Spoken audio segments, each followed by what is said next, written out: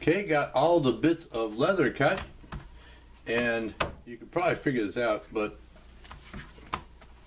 this is going to get glued on there, and this one's going to get glued on there, and that'll make for a nice smooth leather lined holster, because it's going to be smooth leather on both sides. And since it's a pancake holster, basically it's like two sets of holsters glued together, because on a pancake holster, pancake style, there's a front piece and a back piece, and these are stitched together. But in this case, there's two front pieces and two back pieces that are going to be glued together and then stitched together. Well, there's going to be a bit of pounding on it for a little while first. And like this one, it's all dusty. That's a smooth leather lined holster there. Makes it very nice on the inside and the outside. Not always necessary to line a holster. Like with this one here, this is my everyday carry, and it's for my concealment gun. But you know, it's going to get scuffed up, scraped up, rubbed. Some of the bluing's going to get rubbed off of it, and I know that, I accept it. But it's a little Smith & Wesson J-frame 442, so it's not exactly a high-end gun to begin with, but it's good enough for me. Going to use my Tanner's Bond contact cement and spread it. Well, first of all, I'm going to put that in my clamp. In fact, let me show you this. Put it in that little clamp. Tighten that down. Let's see if I get that out. Yeah, there you go. That way, if I knock it or fumble it about, it's not going to fall over and spill all over the place and make a hell of a mess. And then I'm going to spread it on each of these pieces, give them 5-10 minutes, whatever I feel like, and then stick them together. So I'm going to start with this one. All I'm going to do is clear my throat.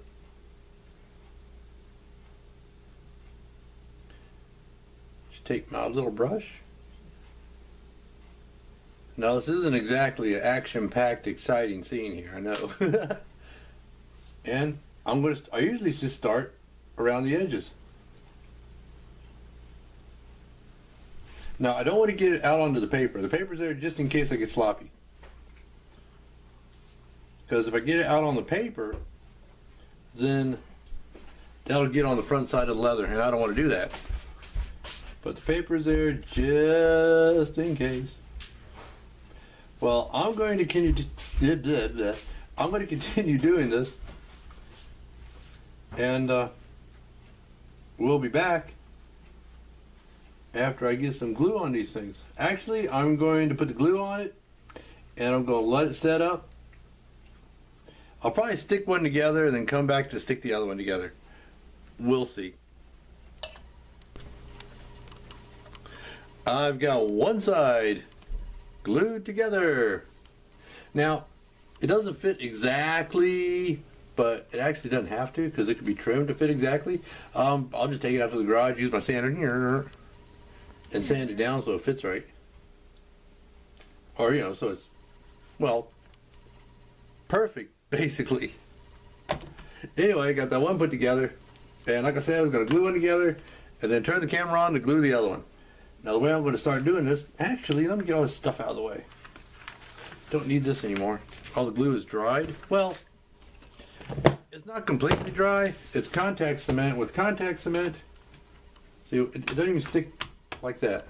With contact cement, you let it sit for a little bit, and then it goes from being like wet and gooey to being tacky. And that's when it's ready to stick together. You take your finger and you can feel that it's a little bit tacky, but it's not coming off on your finger.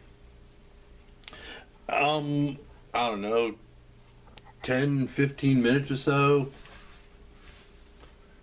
Sometimes I've let it sit for half an hour. I put glue on something, forget about it, and come back and like, oh no, but it still worked fine. What I'm going to do though is start at the bottom and match that up. I'm not really going to mash it down yet. until I'm happy with the way the two pieces fit together. Because I can still pull it apart and reposition it. But once I mash them together, then they're stuck. Stuck together like glue. Get it? Yeah. Okay, there you go. That's kind of lined up pretty well. There's some people that I've seen on YouTube that will cut like the outside parts and then they'll glue it to the liner and then trim the liner, and that's fine too. But I found that if I go ahead and cut everything and glue it together, it's pretty close enough that I could take it, I could sand it a little bit and get it to fit exact. Oh, this is just my my buffing cloth. And I just take that and mash it down. Basically, I'm just using a soft cloth so I don't mark up the leather. And make sure my work surface is clean and dry. That's a stain. If you work with leather, you're going to get stains on stuff. Sooner or later. Now, I thought I was being so careful.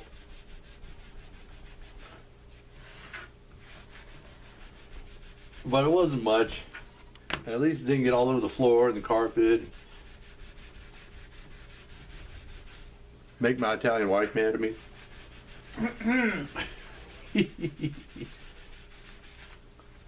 Okay, now I'm going to let this sit overnight and let it dry. And you can see what I'm getting at here. Then these two are going to fit together like this. Okay? And after I do the stamping and mark where my stitch lines go and do whatever borders I'm going to do, then I'm going to go ahead and dye these before I stick them together, because once they're glued together, it's difficult to get to the inside. You can imagine what it'd be like to try to dye the inside of that. Some people, they leave the inside of their holsters plain, and that's fine too. That's a pretty good look. But I like to dye mine inside and out. It's just what I do. Of course, if somebody asks me, "Hey Wayne, could you leave the inside plain?" I'll be like, "Okay, I can dig that." So these pieces are glued together, and they're glued permanently together. They're not going to come apart at all. And I'm going to put a continuous stitch line around the edge just to make sure that it does stay together. At the bottom and the top, where the mouth is, like this, that's going to have a stitch line across it there and a stitch line across it there, and that'll make sure that this liner stays put, like on this one. I put the stitch line all the way around this one just to make sure that that liner stayed put all the way around the mouth of the holster and around the whole thing. I really like the way this one came out. And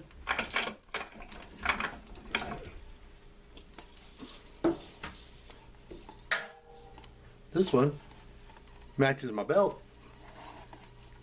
I have the stamping going in the same direction, so it matches my belt exactly.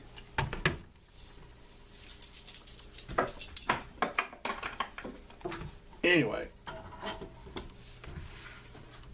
next step, let's see what I'm going to do on this next. Next, I'm going to go ahead and sand these edges, and then I'm going to mark the pattern on the front and go ahead and put the stamping on it. But one thing I'm going to do when I lay out my stamping is I'm going to match it to my belt, because a lot of times when you have a nice holster, you want to have a nice belt that'll match it. with the same kind of stamping and the same kind of coloring. And this is a good heavy double layer belt. That's 2 layers of 9-ounce together, and that will definitely support a holster and a gun. Okay, see you around. I'll see you after this gets dried, and I'll start getting some more work done on it. Bye now.